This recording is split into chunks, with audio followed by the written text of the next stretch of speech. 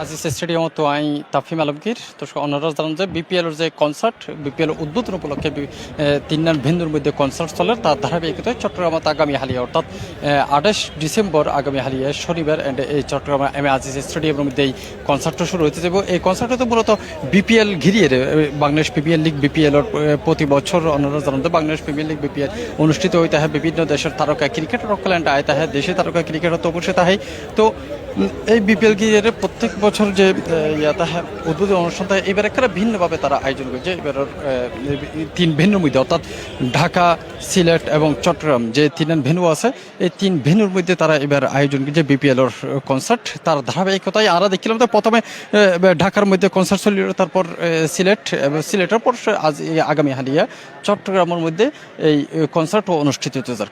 চট্টগ্রামে এই কনসার্ট ঘিরিয়ে ইতিমধ্যেই পর্যাপ্ত পরিমাণ আমরা দেখি এন্ডে এই সোয়াট এবং সিএমপি পুলিশ ও আইন শৃঙ্খলা রক্ষাকারী বাহিনী এবং সেনাবাহিনীর লোকজন দিয়ে তারা এন্ডে কনসার্ট কেন্দ্রিক আমাদের পর্যাপ্ত নিরাপত্তা ব্যবস্থা গ্রহণ করা হয়েছে।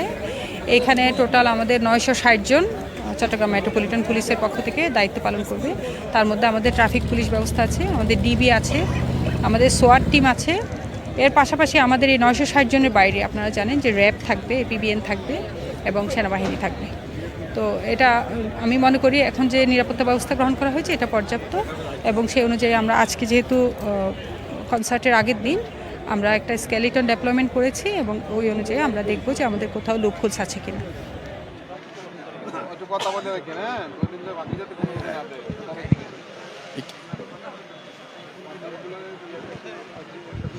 দর্শক এতক্ষণ পর্যন্ত উনিলামারা সিপি ডিসি শাকিলার বক্তব্য তিনি জিয়ান জানাই এন্ডে তারার বেশ কিছু ডিবি সহ এবং সিপির পুলিশ সহ বেশ কিছু আইন শৃঙ্খলা রক্ষাকারী বাহিনী তারা এন্ডে জোরদার করে আগামী হালে যে 2:30টা তো এন্ডে গেট খুলে দিয়ে তার আগতনে তারা এন্ডে প্রস্তুত থাকবে নিরাপত্তার জোরদার করে বেলা এন্ড আরও কিছু মানুষজন দেখি তারা এন্ডে যেহেতু আগামী হালিয়া কনসার্ট সেই উপলক্ষে তারা বিভিন্ন মানুষজন এসে আর এখানে কিছু করলে হতে হতে চাই ভাইয়া আমরা হত্যনেশন এবং কিলেশন একটা যদি জানাইতেন।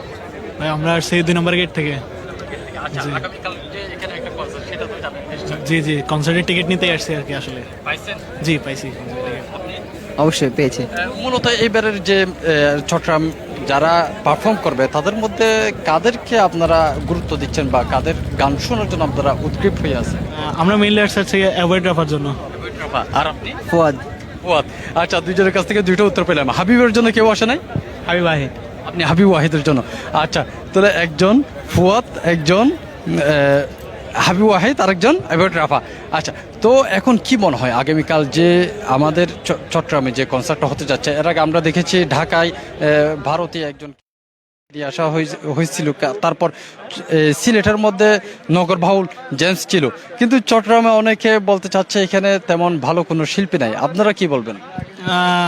হ্যাঁ, আমার মনে হয় আসলে নগর বাউল হলে ভালো হতো। আসলে এটা মিস করবো আর কি আমরা। হ্যাঁ, ওভারঅল ভালোই হবে, আই থিঙ্ক, হোপ সো। অবশ্যই ভালো হবে। ভালো ভালো ব্র্যান্ডগুলো ঢাকাতে কনসার্ট করতেছে, এটা একটা দুর্ভাগ্য যে আসলে চট্টগ্রামে হচ্ছে না। অনেকগুলো কনসার্টে প্রায় দেখেন অনেক নিরাপত্তার জন্য বলতেছে, কনসার্ট অথরিটি বলছে নিরাপত্তার জন্য চট্টগ্রামে কনসার্ট দিতে পারতেছে না। বাট এখন নিরাপত্তা সত্ত্বেও মনে করেন যে জেমস আসছে না, সাথে সাথে অন্যান্য শিরোনামহীন বলেন, তারপর ওয়ারফেস বলেন, অনেকগুলো ব্র্যান্ডে আসতেছে না। সেক্ষেত্রে আমরা চট্টগ্রাম হিসেবে মনে হয় পিছিয়ে আছি যে কনসার্টের জন্য বা অন্যান্য কিছুর জন্য। বাট আমি আশা করি যে কালকের অনুষ্ঠানটা ভালো হবে, উদযাপন করতে পারো সবাই একসাথে, যেহেতু এটা বিপিএল এর একটা মিউজিক ফেস্ট। ঠিক আছে দর্শক, অনেকজন হত হইলাম তারা জিয়ান চ্যানেল অ্যান্ড যেহেতু বিভিন্ন সিলেটের মধ্যে আর নগলবাউর দেখি এবং এর আগে ঢাকার মধ্যে আসছিল, ঢাকার মধ্যেও অ্যান্ড ভালো ভালো শিল্পী আছে, কিন্তু চট্টগ্রামের মধ্যে যদি আরও ভালো কিছু শিল্পী আইতো তাহলে ইয়ান আরেকখানা সুন্দর হইতো বলে তারা ইয়ান আশা করেন। এর আগে কিন্তু আরও দেখলাম গত হালি উগা সংবাদ সম্মেলনের মধ্যে ডিসি ফরিদা কারণ তাই নিজেই জানাইল যে যদি চট্টগ্রামের মধ্যে নগরবাউল টাইপের কিংবা বড় হন শিল্পী লয় তো তাহলে আরও বেশি ভালো হইতো। আর এটা আইন শৃঙ্খলা রক্ষাকারী বাহিনী লই আর আরেকবার হতে চাই। এটা বেশ কিছু লোকজন এখনো পর্যন্ত আছে। মূলত দর্শক আসলে জিয়ান ইয়ারটা আমরা আজ দুপুর হইতে জিয়ান দেখলাম পর্যাপ্ত পরিমাণ এন্ড মানুষজন এসে ইয়ার পরেই কিন্তু আইনশৃঙ্খলা রক্ষাকারী বাহিনীর মানুষজন এসে ইয়ার পরে সেনাবাহিনীর লোকজনও আসিল